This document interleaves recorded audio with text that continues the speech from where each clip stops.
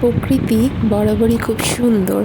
আমরা প্রকৃতির কাছে যতই যাই ততই নিজেকে মনে হয় হারিয়ে ফেলি। আজকের বিকেলটা খুব সুন্দর ছিল।